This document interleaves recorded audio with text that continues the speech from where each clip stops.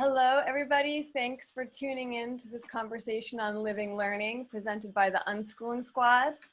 This is episode 2. We are coming to you from the land originally cared for and inhabited by the Unami and Munsee speaking tribes, who are known as the Lenape and Lenni Lenape. The painful history of colonization and forceful removal is still felt by their descendants, and we want to honor them and share this history as we live on these unceded lands. I'm Lisa Guillard. I'm here with my dear friends. I'm Dhyana Kluth. I am Ana Maria Nichimluna. And we're the Unschooling Squad, and we created this group to build community and support one another as we work to shift the parenting and educational paradigm from one of control to one of autonomy, trust, and freedom. This community and our dialogue and practice has been so helpful to us and our families, and we continue to learn and grow by speaking with others who are also walking toward freedom and self-sovereignty for all. Today, we're so happy to have Nikolai Pizarro with us, so thank you so much for being here. Yes, thank you, Nicolai. And I have this beautiful bio to share with everyone, and I want to read each and every word because this is a warrior walking amongst us that you all need to know. So here is our guest bio. For over 10 years, Nikolai Pizarro has worked to empower predominantly Black and Brown parents and caregivers, particularly segments farther marginalized by socioeconomic factors, with science-based frameworks of early brain development, literacy instruction, nonviolent discipline, and self-directed education. Her book, Ring the Alarm, has been used by programs sponsored by Brooklyn Kindergarten Society and the Department of Health. And she has facilitated workshops at hundreds of preschools and private early childhood centers, including over 300 Early Start and Head Start centers. Over the past 8 years, as her own unschooling journey of her son has unfolded, her work has increasingly included private and small group coaching and collaboration with families looking to transition from conventional schooling to self-directed models. And just as importantly, a commitment to reconnect with our assignment to children rather than the school system. Open source, self-directed, and intersectional education is not just a model for our children, it is the model. But this is bigger than schooling models. This work is in defense of childhood and our divine assignment, she shares. As a response to COVID-19, she has started the Facebook group BIPOC-led Pandemic Pods and Microschools for BIPOC families and non-white book co-conspirators committed to Black and Brown liberation, with now over 2,600 members. She's launched an early literacy system and has initiated a project to turn her own home into a self-directed forest, school, and permaculture mixed age co-op. She is also a co-facilitator of Humanity First Chats with Takima and Nicolai, a free socio-emotional support Zoom series which centers Black life for caregivers of young children, in collaboration with Anasa Consulting, and has created a free Black arts curriculum, also in collaboration with visual and digital artist Ellen Flowers. I'm so honored and so excited that this warrior is joining us. So welcome, Nicolai. Thank you. Beautiful intro, right? Every time you hear it, you're like, wait, that's me. Yeah. Oh my goodness. So grateful to have you here. I'm going to lead us into the first question. And we're just going to have a conversation. We have some questions, but wherever it takes us right in the moment is where we'll follow the threads, these beautiful threads that you're weaving to create a future that that is possible, that is necessary. So the first thing that we were wondering about is if you could tell us about your journey to now You've created a virtual space for BIPOC communities who are struggling as they navigate education during this pandemic. You have a book you believe in and work toward building literacy in BIPOC communities through your coaching and website, raisingreaders.com. You are an unschooling parent. You are starting a permaculture-oriented micro school. You are going to school as you do all of this. You are an amazing embodiment of mother and the power of human spirit. And I have chills just acknowledging that, because that power is in us all, right? That's been separated from us. And so you're this model for parents. So tell us about how you got to this journey and what feeds your learning philosophy and how you live it.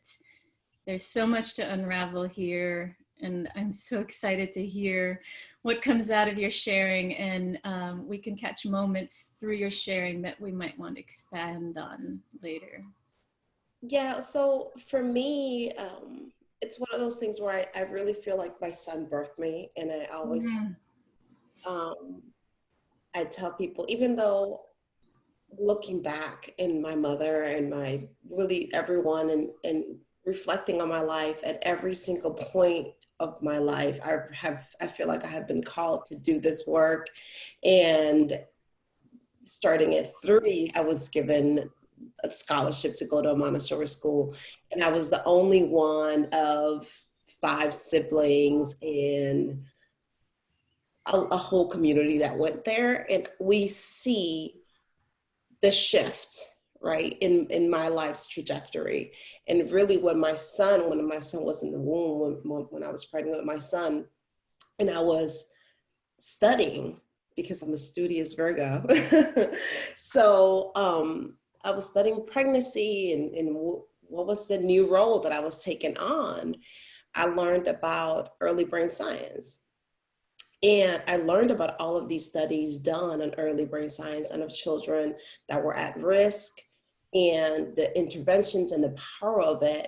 And I realized, wait, I am the science, right? Because at this point, I had gone to a top 3 university for undergrad, and we had no idea how I even got there, right? Well, that was, of course, spirit, but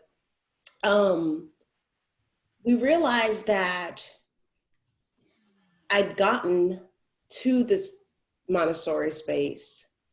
And then because I went to this Montessori space, I thrived at this other space where I went to for the last year of upper elementary school and then into middle school and high school. And that conventional schooling was always very, very easy for me. In fact, it was an all English space, and I was in Puerto Rico.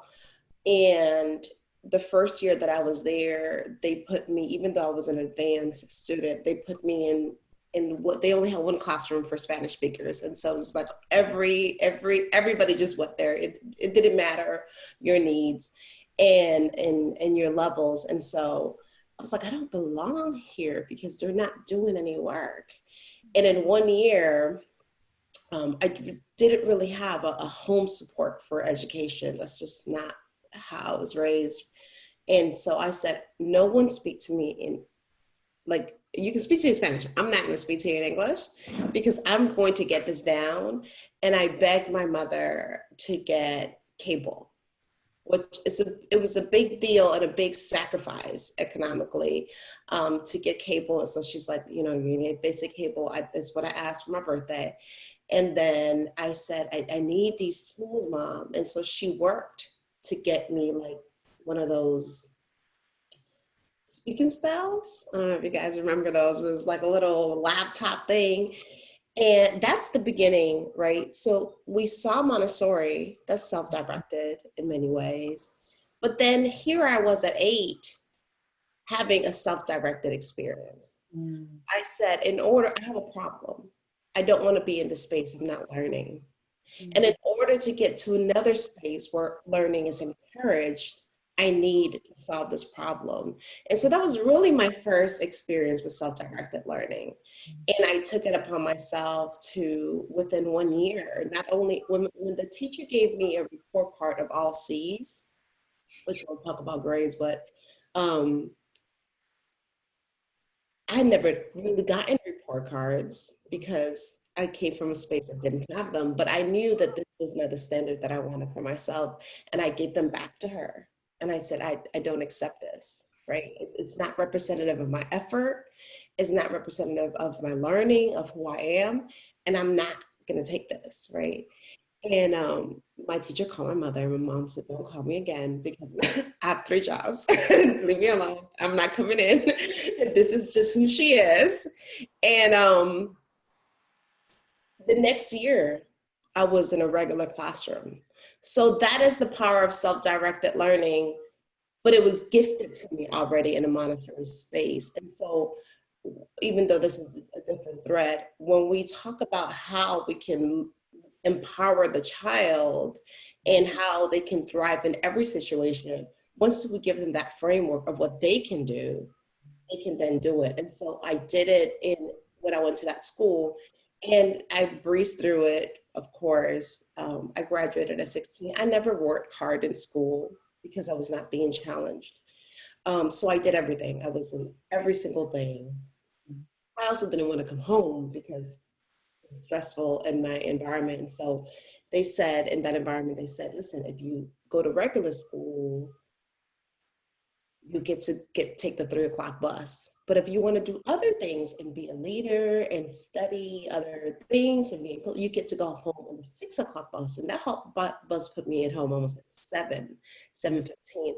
So I was at school every day. Because it was better. It was safer. It was more nurturing. And so I was there to the late bus on Fridays. I would stay back for detention because I never would do the pledge. And so when we think about, when did it start? Then, right? A long time. I've been doing this a long lifetimes ago, probably. Exactly. And so, but we give children the freedom. So this is what happens. At 16, I with no plans of going to college, 0, right? This is why I say spirit, because the recruiter for the University of Chicago comes into my school, and I organize the top most elite students to pick from, right? And after we did the presentation, the recruiters tells me, where are you going to school? And I said, probably here. I'm probably going to get a job at the Postal Service through my mother. And then I'm going to, this is just going to be my life. You really should, have you taken the SAT? And I said, no, I don't need it. I have this life that I'm doing, right? It's going to be good. And then he said, you should take it. You should take it. You should let us know. We'll pay for it. Because look at your grades and the way that you interact and the leadership position that you have in your school. Again, it comes back to that foundation of being self-directed, right? He saw something. And 2 months later, I was accepted into University of Chicago, which at the time I had no idea that it was the 3rd ranking school that year in the top 9 in the world. And here I was 16 because I graduated early, a girl from the hood. And then a year later, I was in that school, in that space. And when I was there, I had never taken calculus or pre-calculus in school. I did not go to that type of school. So when I was there, that was the first year requirement.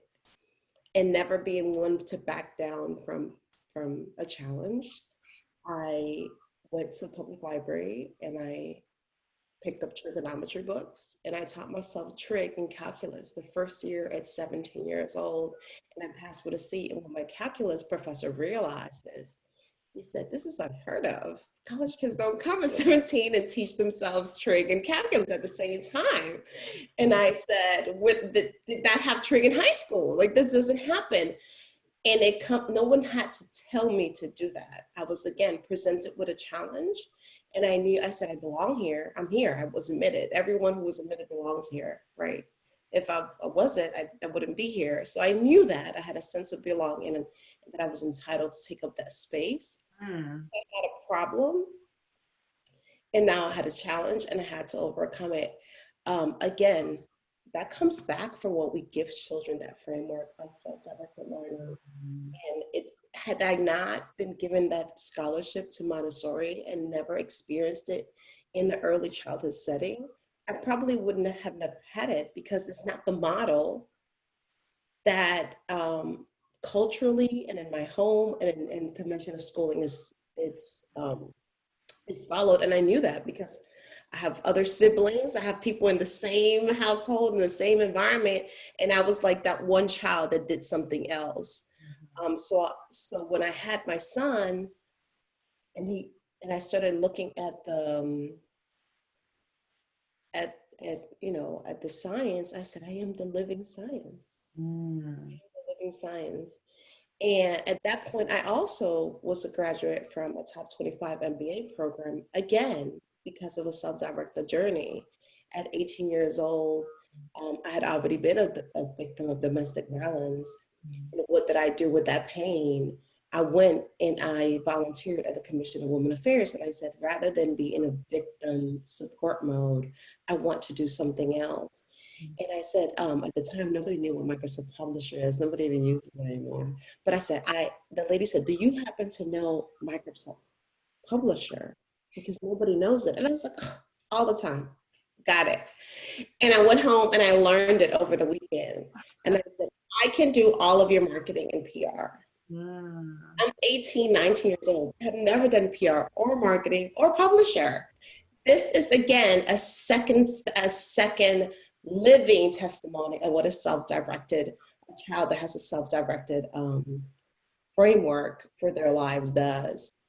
And because I took on that project, she would just send me places.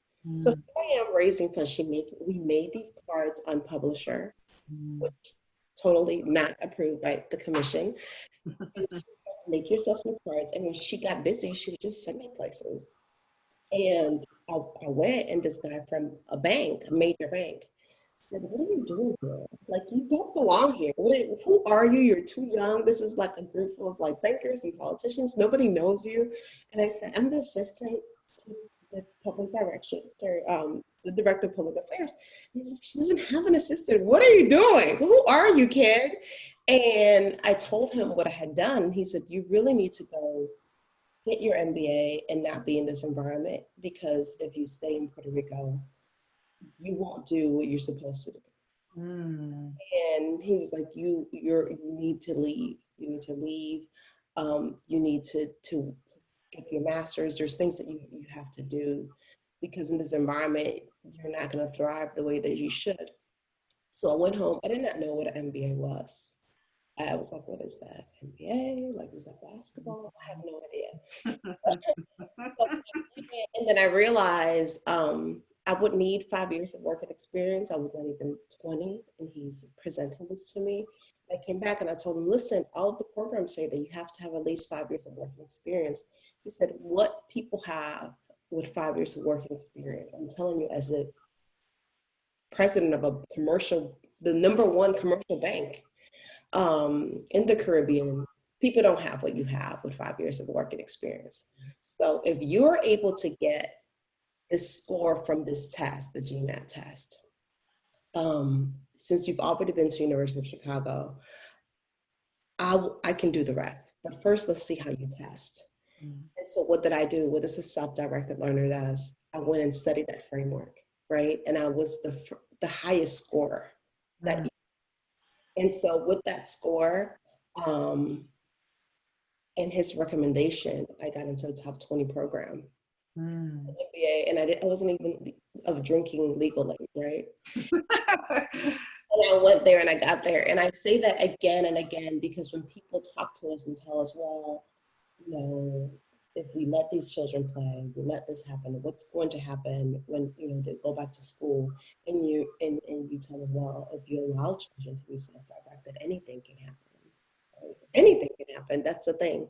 That you have a 20-year-old in a top 20 program after having, from my socioeconomic background and story, that has gone to university, this is what can happen, right? Teaching yourself trig, this is what can happen. Teaching yourself calculus, this is what can happen. Like carving a position in a major governmental agency because you can teach yourself publisher, this is what can happen.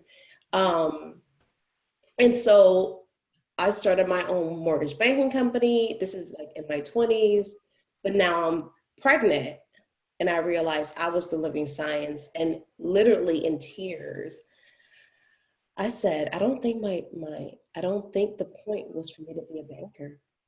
I think the point was for me to understand the possibility, right? I think that— Hang on. Let that land. Powerful. Okay, continue.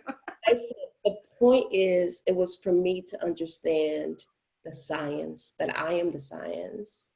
And at this point, it's not okay for my son to have an advantage over Black and brown children because he has me as a mother. At this point, it's up to me to teach other mothers so that all of our children have this advantage.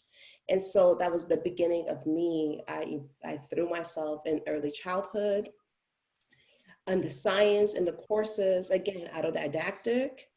And I started writing my book. I started writing a book. I said, this book is about us. They use us as the science, but the science is never explained to us, right? They're talking about us. I realized I kept going to these courses and these conferences, and it was all white academics and policymakers, all talking about the science and the power of these frameworks and the power of brain science, and how, hey, if you give, we had these test subjects and there were low socioeconomic income parents and at-risk children, and we followed them for 40 years. And I'm like, yeah, me, I'm here, right? You followed me. I went to the Montessori, 30 years later, here I am. But I was not a part of that conversation. We were just the subjects, right? We were just the subjects. And so I said, what if we just explain the science to us? I wrote the transcript for the book. And then autodidactic, Black Twitter, account, major person who now I work for and collaborate with in early brain science. She was going on a conference, and I stalked her page and I said, listen, I'm actually by the conference. Can I just meet you? Can I give you a ride to the airport? What can I do, right? What can I do to meet you? And I put my transcript in her hands. I said, I don't want CAFR. This is the work that I'm doing. And I've been studying it for 2 years, but I am not an early childhood person. I am a banker, right? I am a banker who has now taken 2 years of classes, but I'm not an educator. Can you read my transcript from my book and tell me if I'm off? And she texted me at like 3 o'clock in the morning and she said, Nicolai, where have you been? I've been in early childhood 20 years. I've never seen anybody say, why don't we just give the science to the moms? And nobody ever has addressed both race and class and really done any kind of, in layman's terms, brain science for the actual parents. It has never been done. And a week later, I was in New York City presenting to 0 to 3, presenting to the Department of Health, presenting to the Department of Education, and everyone was presenting my book, right? And they pre-ordered the copy. And then when I left that presentation, my now friend, sister, mentor, she says, you're officially a consultant. You're officially in early, she was like, you have just consulted and blown the minds of top people everywhere. And again, this is autodidactic. This was an autodidactic experience. This is a self-directed project and learning. And I closed my banking, my banking office a year later, and I have been not in banking ever since. So that's a long, how did I get there? Well, my son, right? my son really awakened the fact that all of this from 3 to 28 had been really an experience that the ancestors and the spirit had put me through, a life given to me so that I could understand the possibility, so I can then share that possibility with the people in my community, right? So that I could be the possibility and share it. And my son, because we link it back to them, impregnated me with that purpose and that clarity. So I always say he is my burning bush, right? He is how God speaks to me. And he is a challenging child.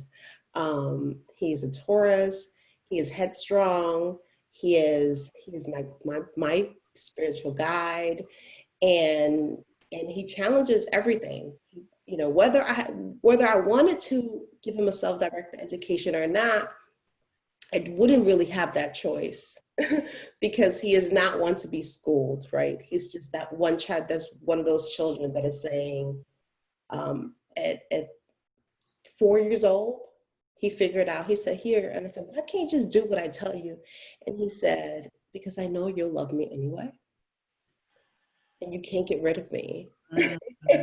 So, and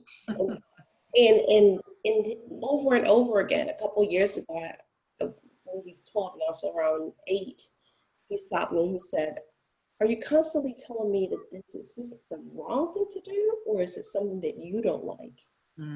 Because if it's the wrong thing to do, I want to learn, right? Because I don't want to do the wrong thing. But if it's just that you don't like it, and I like myself, then maybe I'm just not that interested. It's not that I don't want to do what you tell me, but it's also that if it's not the wrong thing to do and that's just your preference, you know, we have to negotiate that because we should both like things that go on in this house. I was like, dang. You know, So beautiful, Nicolai. You could be describing my youngest daughter too, Taurus as well. yeah, they don't care. Powerful, really powerful. And I also want to highlight and just hold that mirror and let it land for everybody. The piece you said, I mean, the whole thing is just right near miraculous for some people to hear your journey.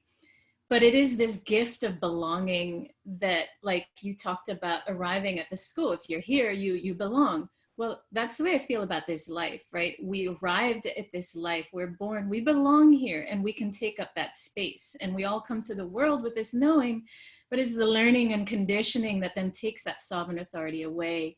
And that realm of possibility, like that never having to undo the programming of, no, you can't do that. There are no limits to what our children can do if we just never overlay this limit on top of their spirit. I'm so grateful. That's what it comes down to. If we have, so that's how it happened, but pushing the work forward, right?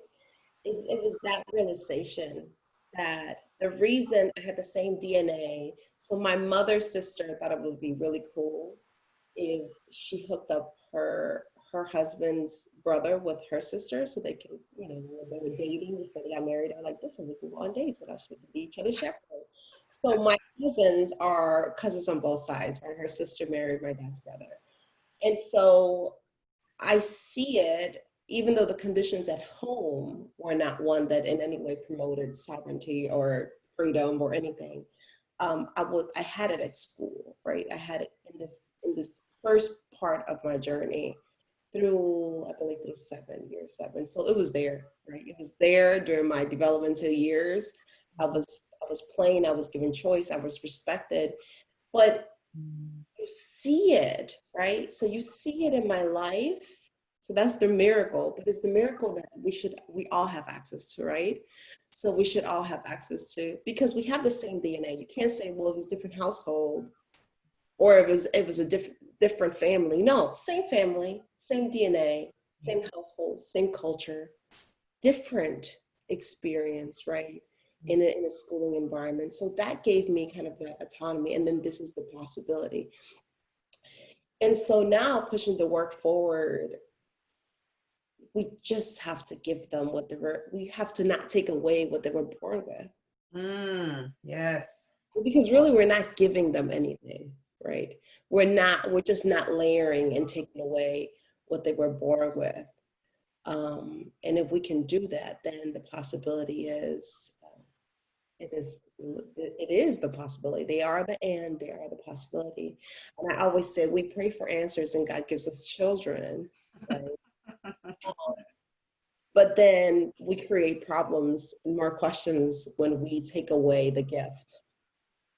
It's the self-awareness, right? It's that self-awareness that you had that enabled you to see all of this. And right, everyone's born with that. And if we don't take it away, then everybody, right, like you're saying, can have that similar path of like, I belong, I know what I'm here for, I know what I'm meant to do, I'm capable. I think that's the biggest one, is this piece of being capable. Because I think even me, like as an adult, and even as an unschooling parent, like I still struggle with ideas of, am I capable? Because I'm still, you know, undoing all of that. And right, just it's amazing. If we don't take away from them, then right, they have that feeling of capability, self-sovereignty. Oh my gosh. And I mean, can I just say something real quick? Because I feel like you just burst something open in my soul, trying to take myself back. As I'm hearing you relate your journey, I can see myself like that 4-year-old that was dropped at this preschool in Mexico. And it was the most violent separation I ever had with my mother. I was terrified. I think I cried the entire first day. And just, I was dealt with such no regard, right? No regard for my emotional well-being. And then to also have the mirrored experience when I would go to my village, for example, from my native family, and I would just see the children hanging on to their mothers forever. Before like schools got to that village, families grew together, you know? And like my father only went to 6th grade school.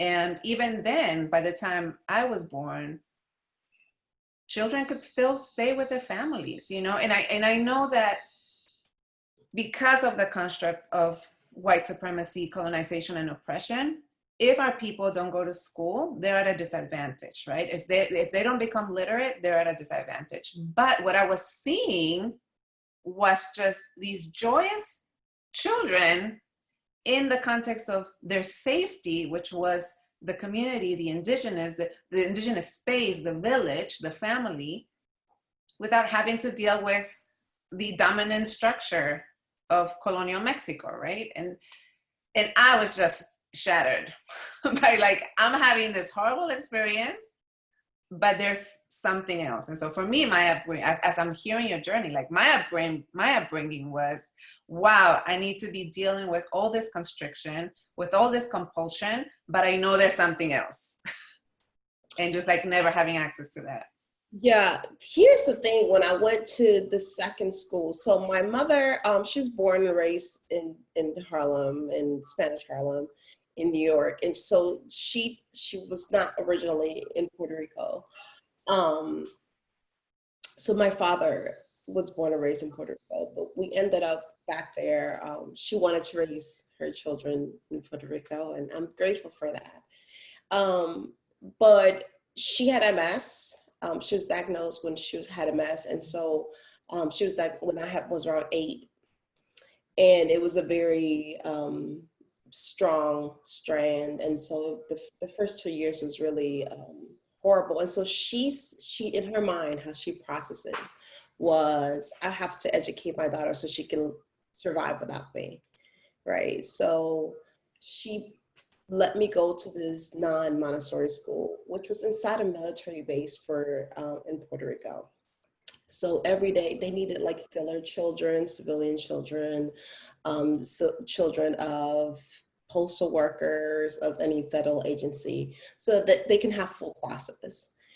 That experience, which I won't get into, was so oppressive to be bussed into that military base every day. Just the entrance, I tell people, the fact that they will even have MPs check our buses with dogs, I would be like, we're not caring, like, why would they have children, like, as if Puerto Rican nationalists were gonna blow up their children, right? That's really what you're doing.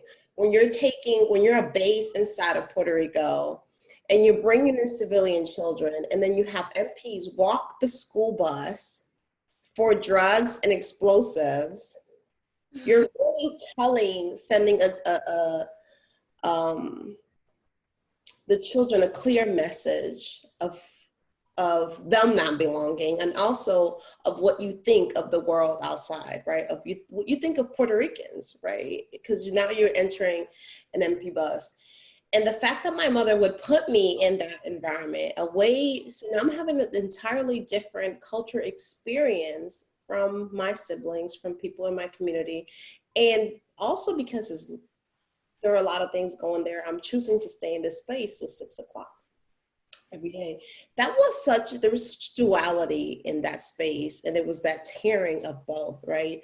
But me also thinking, if my mother is not here, I need this education. I need to be able to speak English. I need to be able to this. I need to be able to that. She can no longer leave me in Montessori. I'm going to go to the regular public school system. It has me understanding that I needed this. I needed to subject myself to this violence daily. To be an 8-year-old and know that, and kind of like make that decision alongside, well, it was imposed, but that I accepted it. But to still, that's the power of that foundation. I made it through that because I still had that foundation that was so safe from that Montessori experience. Like, there was something, there's another way, like viscerally in your body, there's a different way. Absolutely. And so that's why in my work, what I do is that I equip the parent, because a lot of the times for the first 3 years, all I did was work inside of housing projects. And so I said, listen, there has to be a way. We absolutely need our children to be very literate, right? Because it has to happen, right? And I think a lot of the times even with unschooling conversations that we have in circles, I'm like, okay, but we're all very literate, right? We're still talking about even to do the work that we're doing. We're like, oh, but check out this book, right? Read this book, listen to this podcast, in a very cultured, high comprehension, high literacy environment. And so I have to bring it back and tell myself, how can we equip our communities to do both? Right? How can we equip our communities to do both? Because we want the children to experience this freedom. We want our children to be in community. We want our children to be free, to be unschooled, to be self-directed. We want them to play in the woods. And we don't want them to not have access to this high level of literacy and numeracy, and to only feel like, well, we need to also participate in this other space because our parents don't have it. Because we also need it. And so my work is just teach it to the parents and the people in the community, right? And so my work is teaching people, parents and caregivers in low socioeconomic and low literacy spaces, low numeracy spaces, how to teach a parent who feels like, well, I'm not good at math, right? I don't read at grade level. I struggle with comprehension, and how I can say, you can still create a high literacy environment in your home, right? We can still end up with a child that has high levels of comprehension, because we can't assume, a lot of the times we say, well, if we just let the children pay, they'll come into it. If we just wait until they're 8, they'll come into it. They'll come into it if the parents are literate. They'll come into it if, right, they don't come into it. People like, if you just read to them, we're assuming that we're reading to the children. We're assuming that the parent knows how to read aloud. And so my work is to really equip that parent to do that work so that the child can do both in a low socioeconomic space, where parents can feel like, yes, I can unschool. Yes, I can support the the social emotional aspect of my child. Yes, I can center my culture, and I don't have to compromise it to allow my children to now be literate and have numeracy, because I also have this basic skill set myself. Such important, empowering work. And in our short time together, I wonder if you could elucidate for people who might be listening later, feeling disempowered, like how, some keys of how you approach that, that they can take away and put into practice. Absolutely. And so, it's hard to do it in this short space, but I provide a lot of free, but I do say this, I provide a lot of free resources, teaching low income literacy in low literacy spaces. What I charge, so at the beginning of my bio, it says that I have trained early head starts and early starts and preschools. The trainings that I do for actual preschool teachers is the same training that I do for parents in the community. And I charge a facilitator's fee for that, right? And I charge parents $30. All through COVID. Through COVID, I work with over 100 parents. And since it was COVID-19, I charged $19. Right? And so like the sale price was, the code was, I don't care what your governor is saying, you stay at home and and we're gonna work this out and I'm gonna give you the tools. And so what I do, oh wait, I have it on my shirt. I have created what is called the cheat code, and the first word so that they can remember. So the first word is sounds. And we start by teaching the parents how to teach phonics at home. So sounds is the code word for phonics. And then the next code word is rhyming and clapping. And so I teach a parent how to develop phonemic awareness through rhyming and clapping. And it doesn't have to be in English. It could be in a different language, rhyming and clapping and developing the ear. It can be done in a forest. It can be done outside on a patch of grass. You're developing the ear. You want to hear sounds. And so rhyming and clapping, learning nursery rhymes, learning nursery verses is how you develop phonemic awareness. And so this is the cheat code that I teach parents. First, we're going to teach phonics without a whole bunch of materials, because before preschool materials ever existed, people were learning to read. And so even though I have short booklets, before I had the booklets, I was doing this work for 10 years. So we teach phonics sounds, learning new words. New words is vocabulary development. So I always tell them, if you remember the cheat code, and we have the shirts, and remember the cheat code, you will know how to be a master literacy teacher. The next one is new words, which is vocabulary development, which you develop through, this is where the unschooling piece really comes. This is when you spend time with children and you tell them stories and you engage their senses and you talk about everything that you see, you're developing new words, you're developing vocabulary, because the children cannot read what the words that they have never heard.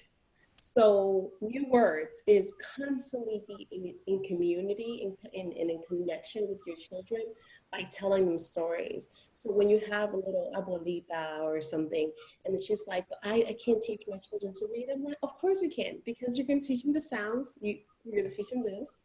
And we're going to sing and clap, which you've been doing, which you can. We're going to intentionally develop their vocabulary. Next word, books, right? So we do have to have them available to them, right? We do have to read to children, and we have to have them there.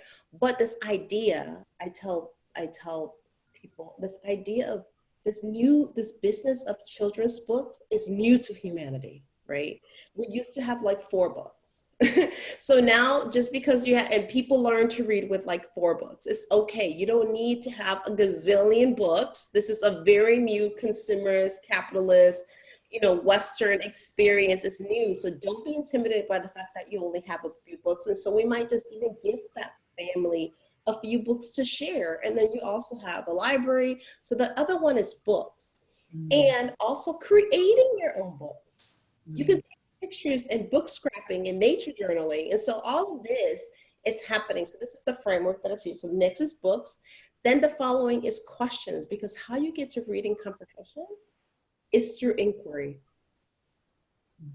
And hey, nothing says more than inquiry than self-directed education. Because the beautiful thing with us is that we don't have to give our children answers. We just give them more questions. We just give them more questions, and that's going to develop reading comprehension. And then after that, you have scribbling. And I tell them, scribbling is everything that develops the hand. Because before you can read, you should be able to write. And so, and if you have sounds, that's what I tell them. If you have the sounds, which is the first one, and you have done all of these things, you have allowed your children to play, and you have talked to them, they have things to say. And they have things to say, and they have play, so their hands are ready, then they'll want to write. And when they write using their phonics, right, they produce. So we want to, and as they write, they will learn to blend, and then they will learn to read. So you don't even need to know how to decode or teach them how to decode. I just teach them this cheat code. And what happens is mom learns to read, dad learns to read, grandma learns to read. We have had an entire household, the entire family. When you really give it's a self-directed education is for all of us. The process is for all of us. It is. So at that point, everyone is going through this journey and learning that. But what happens is we lead by writing. I remind people when in the years of slavery and colonization, and even at the beginning when women were taught to read and not taught to write. Because writing,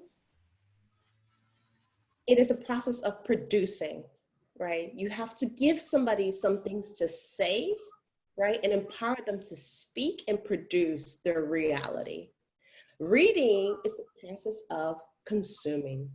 This is why in the education system, really, by the time the children are in kindergarten, they're like, you got to learn sight words, you have to learn this, you have to learn how to read. And such little time is spent in writing.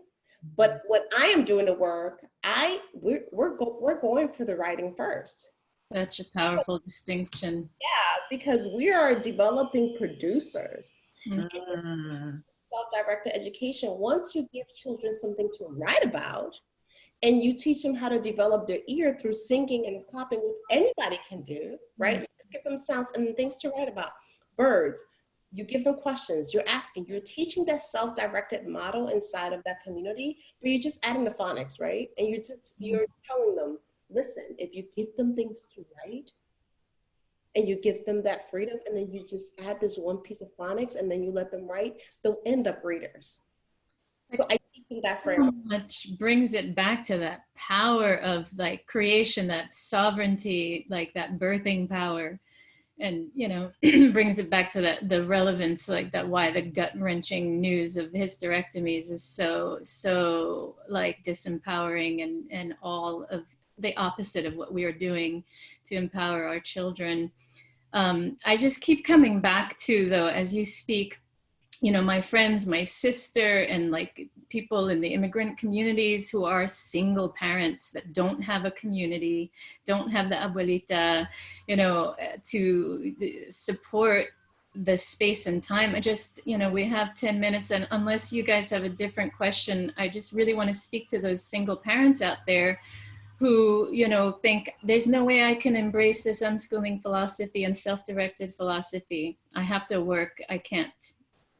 Yeah. Say that.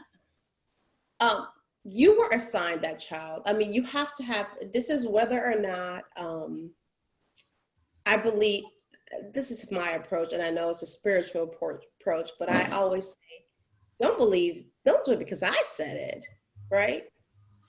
Source said it. Source assigned you that child. Source said that you could, right? Source gave you the assignment. Don't believe me, believe Source. Source said that you are worthy. Source said that you could do this. And so, so I remove myself from the equation. I'm just gonna give you some frameworks, but the assignment is divine.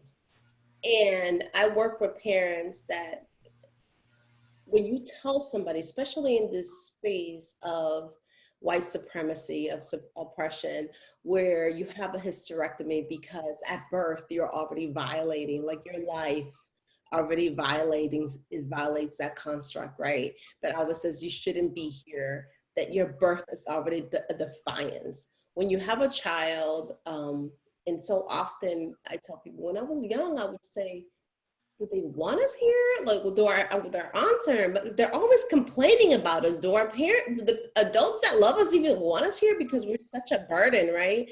When you empower a child, a parent, with this idea, even if you just put that seed in there that says, no, no, no, no, no. I'm giving you this framework of self-directed learning because you are so important. Right? You're so incredibly important. When I tell you you matter, right? I'm telling you matter and I believe it. First, we have to believe it. That's the first thing, is that we have to believe what we're saying. So I'm saying you matter so much that I have to pause, right? So my work a lot of the times is in the margin. That's why I say intersectionality, because a lot of the times, again, with unschooling spaces, we're talking to our peers in a very like kind of higher socioeconomic space with a lot of privilege. So a lot of the work that I do goes to the margin and says, no, you low income mama, right? You're so important and you matter. So I have to pause and give you the space and time and say that you can unschool. Here's how we're gonna do it, right? And so here, this little framework is how you're gonna turn your little house into a literacy powerhouse, right? And so I gift you this framework that I know that works, that I have taught, that is Montessori, that I have taught to all these people and I know, and here's these 7 words and you can learn them, right? So you can do that. Now you don't have to do that at any time of the day. You just have to know to do it, right? And so that parent, I'm like, you can go to work. I had a mother on my IG that I worked with 4 years ago, almost 4 years ago, full-time parent, single parent, 3 boys and pregnant, gone through a divorce. At one point in that process, she said, I'm not divulging her information. She actually said, I was transitional homeless. She pulled her children out of school. She called me. She was like, Miss Nicolai, I read your book and I took your workshop and I can't keep my children in this violent space. And she's like, but nobody believes that I can homeschool. And I said, can you find somebody? Your cupcake? Baba can give you, in the refrigerator, go get it. I said, she said, I said, can you find somebody to take care of your children while you're at school? And she said, yeah, but she's not going to teach them. And I said, can you find somebody can you afford somebody to take care? Just watch them. All you need to know is that they're safe. And so she had a neighbor, and I have even had with older children, where the older children are, listen, let's just be honest, the older children are staying alone anyway. Low-income parents do not get off at 3. School gets off at 3. They get off at 8. So from 3 to 8, that child is alone anyway. So we've created even solutions where the children are pretty much alone all day because they were going to be alone from 3 to 8. So we're just adding 8 to 3, right? Let's just be honest that the children are home alone. And then, but what's up? But you could have neighbors come check on them, which is a different cost. Just neighbors that come check on them periodically. Oh my gosh, what a beauty. Hi, baby. Hello. Hi, honey. Neighbors that check on them periodically, which is also significant lower cost, and the children are safe. And then just empower the parent with the tools that they can do for the framework. And then the other thing that they're doing is playing and having that other time. And they're having that other time when the parent is home on the weekends. And so she went on my IG. Now her children are outdoing every child in her district. Children, every test score that you can measure in her district. And here's a mother who just has somebody just watching her children, and she's working full time, and she's doing this at home, right? And she's unschooling. If she had those children stay in that district, like she was telling me, they keep sending them to the principal's office, Ms. Nicolai, and her children are so mild-mannered. She's like, I don't know what's going on. She says, it's like this school prison pipeline that you talked to me about. I see it now. 4 years later, 3.5 years later, her children are thriving. And she went on my IG and she said, the fact that somebody told me that I could do it, and that I could unschool, and I could just teach them at night when I came home. And she says, what I teach them is, I take them on my business runs, on my errands runs, and I talk to them. They're learning this. She was like, she's like, when she said, she was like, once Miss Nicolai taught me those sounds, she was like, once she taught me those sounds, and I knew, okay, my children are going to be literate. Then I knew that once they were literate, they can read their own books. I want to say, I just want to reiterate and like really amplify this piece about feeling that deep self-love and confidence within yourself. And I think that took me a long time. I've been doing this for 16 years, and probably like 10, 12 of those years, I was just kind of like managing barely, and not really honoring the freedom of my children. Like, I was very constricting because I had all this stuff within me that I just didn't think I could do this. I didn't believe in it enough, and I didn't believe in myself enough to empower another human being at that level, at the level of liberated learning. And so I really want to highlight how important that is to get to a space, however it is that it happens, whether it is through your beautiful presence with another mother, whether it is through conversations in the Unschooling Squad for us, but however it is that we get to a space where as a community, we are able to embrace again that deep self-love that then, you can't give it until you have it. And so when people talk to me, how do you do it? I love children, and I know that this is where we're going, right? We're doing this to liberate that child. But what I work is with the parent, because really a person that has never been told that they are important. Yeah. Never been told that they matter. They have never been told that they're capable, right? How do you tell them to go unschool their child?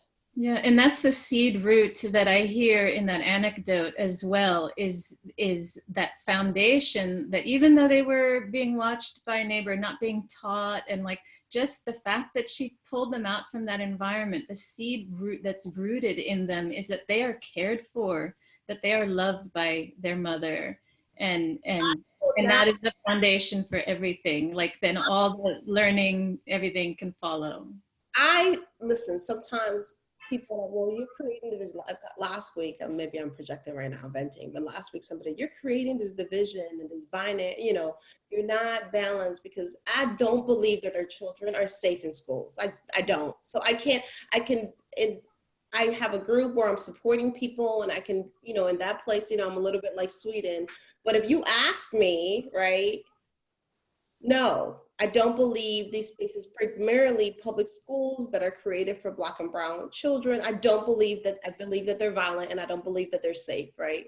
And so this is the message, right, as that you're saying is, I love you so much, and I don't know how I'm gonna figure this out, but I am not willing to drop you off in a place that is violent. I'm not willing to drop you off. I don't know how I'm going to figure the other piece out. But what I do know is that I'm not willing to drop you off in a place that violates your humanity. Sometimes, and I said, when your children realize that, right? Once you have a child that realizes that, because people will say, well, my child won't learn if I teach them. They don't want to do homework with me. Because listen, this is what they have learned. My parent, who is assigned to me for protection, because children know that, is willing to drop me off every day to a place that violates my humanity. I cannot learn and do homework with that person, right? I cannot, because that person is not, there's a disconnection. That is an agent of a school. That is not my parent that is in divine assignment with me, right? But once a child experiences My parent is now being a parent and not an agent of a school. My parent is aligned with the divine assignment. That trust that happened will start to build every day, because the child is, the child is waiting for you to get tired of it and drop it back off. So that's, once a child understands, believes that you're an agent, right? That you're not an agent of a school, but that you really are the parent, the shift can happen. Yeah. Nicolai, I'm aware of our time and want to honor your time on your birthday. So I just want to open up anybody else to have a final word or closing statement. Just so much gratitude for your work. Thank you, for sure. I think that one of the pieces that I want to make sure that we touch on before we let you go to celebrate is that it's divine work. It's a lot of work. And when you're in spaces that are not supportive of that work, or you yourself are still healing trauma or whatnot, can you speak to how you yourself fortify, what inspires you to continue? How do you create a support system for yourself? Because you're also unschooling while you're doing all of this and supporting others, so when I hear you speaking, I just like imagine this amazing huge fountain of energy that is just outpouring from you. But I know that you're strategic, and I imagine that you are that it takes a lot of behind the scenes work to fortify yourself. So can you just give us a little bit of those tips and ideas? So here's the thing that I want you guys to know. Like I have a very, like I said, I have a very strong-willed child, and I doubt myself every other second of the day. So all of the time, right? It's so much self-doubt, and it's just a lot of work.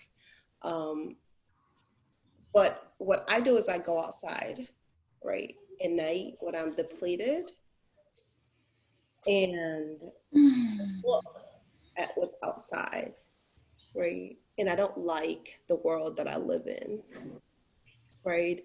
I don't like that my subdivision is, that my neighborhood is zoned the way it is. And I just ground myself and I say, I don't like this system, right? I don't like it.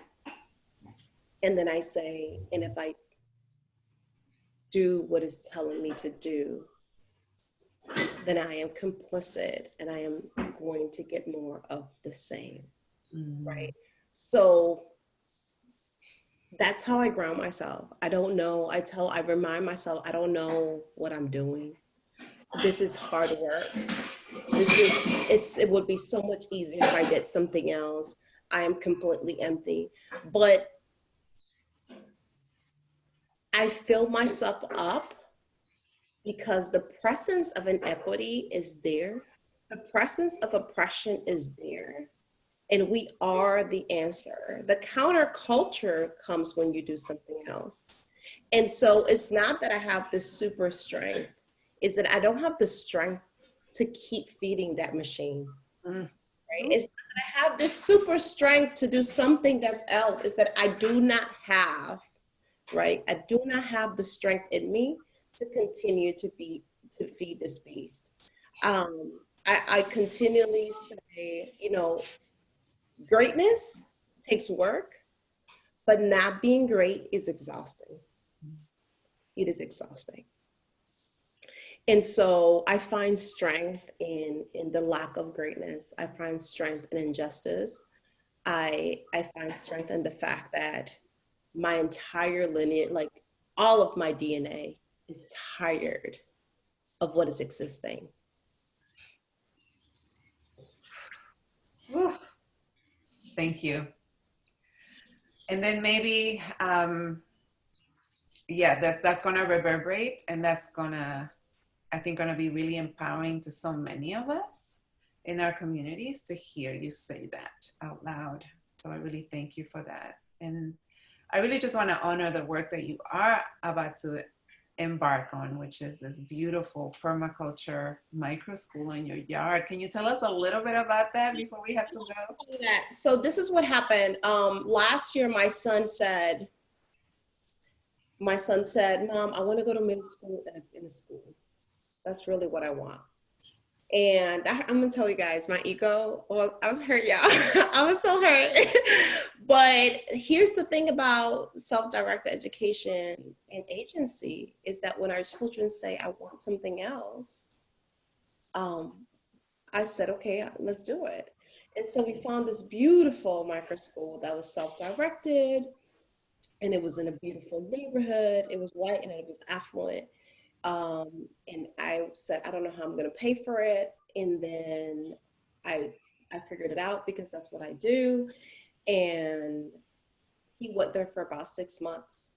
In those 6 months, he experienced racism in a very real way.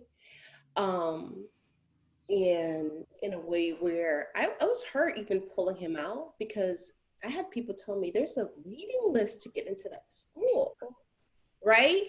There's Grammy award winning children, their parents, and there's all this network. And then that fear comes in. You're like, well, is this the price that I have to pay? Right? Is this the price that I have to pay so that my child has access? And it's kind of like how you were saying about like that tear. That tear from the village where you're like, well, there was this thing, but we need the access, but we don't. And I remember pulling up one day and I said, I cannot drop this child. This is my heart, as difficult as he is, because my son gives me the blues. He is serious, right? On many days, right? He is my biggest challenge and my biggest teacher. And I said, I cannot, I'm not willing. I am unwilling as a mother. I am unwilling to drop you off in a place where you're not safe. I can't do it. And so we withdrew from there, and I was like, well, honey, we'll find you another co-op. It's okay. And then COVID happened.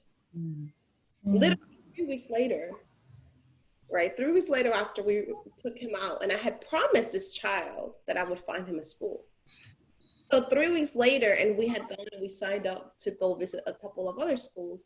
And so now COVID happened and we didn't, people closed schools. And I was like, oh, don't worry, honey. In a couple of months when it clears up,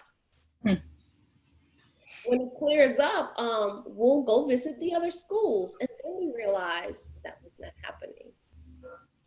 And so I was in my backyard and we were watching this YouTube video of this doctor that said, hey, it's going to be COVID-19 and then COVID-20 and COVID-25 and some other thing, because this is a medical doctor. And he said, listen, ultimately, the earth creates viruses and the earth fights viruses. And humans can fight viruses. But the problem is, again, we're talking about a Western medical doctor saying the problem is that the earth is out of balance and it cannot fight viruses. And our bodies are out of balance and it cannot fight viruses.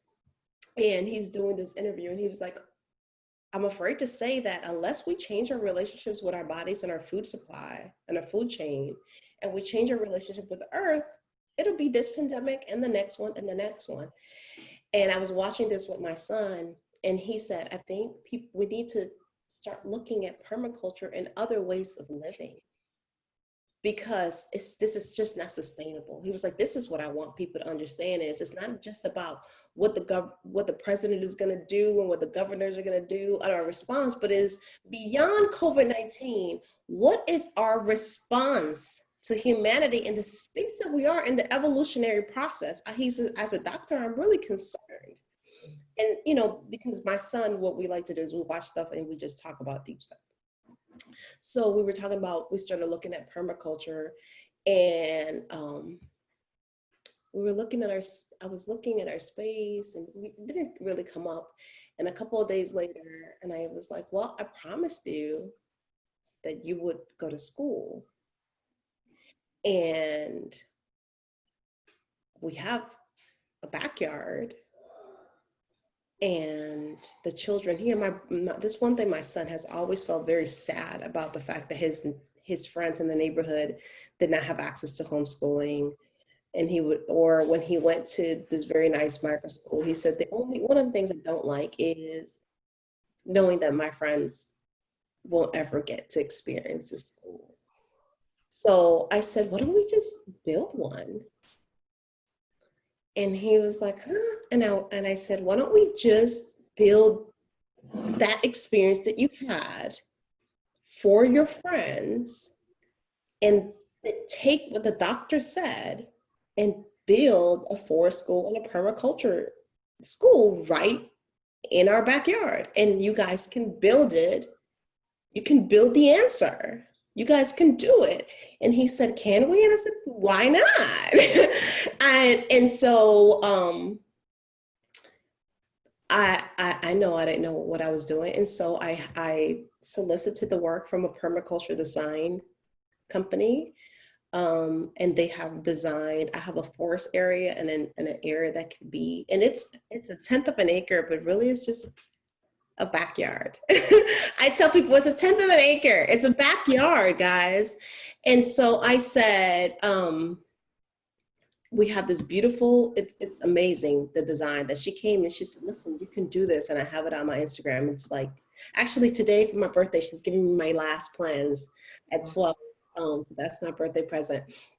But I enrolled in a forest school director program and in a teacher program, and I'm talking to them, and this was what we're gonna do. We're gonna let the children from this neighborhood, because they're not in school, right? Because they deserve a self-directed education. And I said, what if we just did it for a year, right? And we just allowed children to do it, and why not? And so we had the plans drawn out, and we're ready. We're ready. The children are ready for us to do this work. And so that's what we will be doing starting in October. And what it looks like, we don't know. We just know that they have this yard, that we have this piece of land, that the land is saying that it can be a relationship with us. The land has agreed. I have asked permission. The land has said that it can be a relationship with us. We will honor it because this permaculture is going to be more on the forest wild side. We're going to do it in a way that honors the space, and then we'll come up and then we'll build it, and they will be allowed to be for the first time. Yet another example of just unfettered creative birthing power in alignment with nature, and really you like, no, we're not going to let these children, well, you tapped into it. You said that the responsibility to humanity, and I think that's a perfect place to end our conversation, is our responsibility to humanity. You know, what are we gifting and passing on to the children who will then be the caregivers and responsible for continuing life on this planet? Yeah, well, you cannot. The thing about it is that you cannot respect humanity without experiencing self-respect in your own humanity. You cannot care for the world if you don't have a space, a local space, right? And sometimes for some of us, that's our body, and some of us, it's our homes, right? When I work with parents in small groups, I'm like, forget the world. Let's practice agency over our homes. Who do we want to be in our homes, right? Let's do that first. Forget the curriculum, forget it all. Like, forget, what are we, last week with my group, when people said, well, where are we going to set the schedule for unschooling? And I was like, no, before any of you guys talk to me, because it's a small group, we meet and we come up with plans. I said, we're not doing that this month. This month we're working on, what is your vision for your family? What is your vision for your contribution? What are your family values? Because the education has to be aligned with who you have decided to be. So before we do that, we have to take a step back with who have you decided to be? And then we're going to work everything around that, right? And so our responsibility to our humanity first starts with making a decision about who we're going to be, right? and how we're going to respect our humanity and our children's humanity, the children will learn to take care of a yard that is in their community, right? It's them experiencing what it is to respect themselves, to be given the space to move. That's how we transform it. That's how we then extrapolate it. So that is, what we're doing, all of us, really is creating it's like a plot, right? We have fence in our plot, and we're taking account, we're being accountable for this plot being ourselves and our children and our families. And we're accounting for resources in that plot and our soil when we're doing all of that. And then we're going to extrapolate it. Mm-hmm. But we can't do that until we take care of this. Yes, this ecosystem. And I love the way you're describing it. That's really just a beautiful descriptive way of naming this piece of unschooling that we do with the self-inquiry and deschooling, that taking care of ourselves and who are we going to be, and pulling apart at those threads that even still, like Lisa, you said earlier, with all the work we've been doing, we're still coming up against those edges of like, I don't want to be that is not in alignment with life. Where did I learn that? This is not okay. I remember I want to relate to my children. I remember my grandmother, again, like I said, she just transitioned. And so she's been coming a lot to my mind. But the year she turned 90, I was having a conversation with her. And I can tell that as she got older, she has, like one year she gifted me pants. So she's very religious, and never in her life, she thought, she would always look at you wearing pants like you were going to hell, right? And so for her to give you pants or earrings or anything like that, and you're like, who are you? Have you taken over my grandmother? And she said, you know what? This has been the year of my biggest growth. Wow. You did somebody who turned 90. And I said, Grandma, how could this be the big year of your biggest growth? And she says, so long as you're willing, Spirit will correct, right?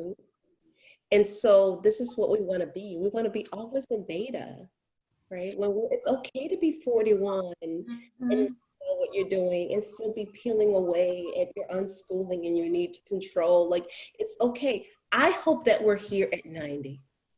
I hope that we're still here at 90, still understanding that we're still in beta and we still have to unpeel. Still learning.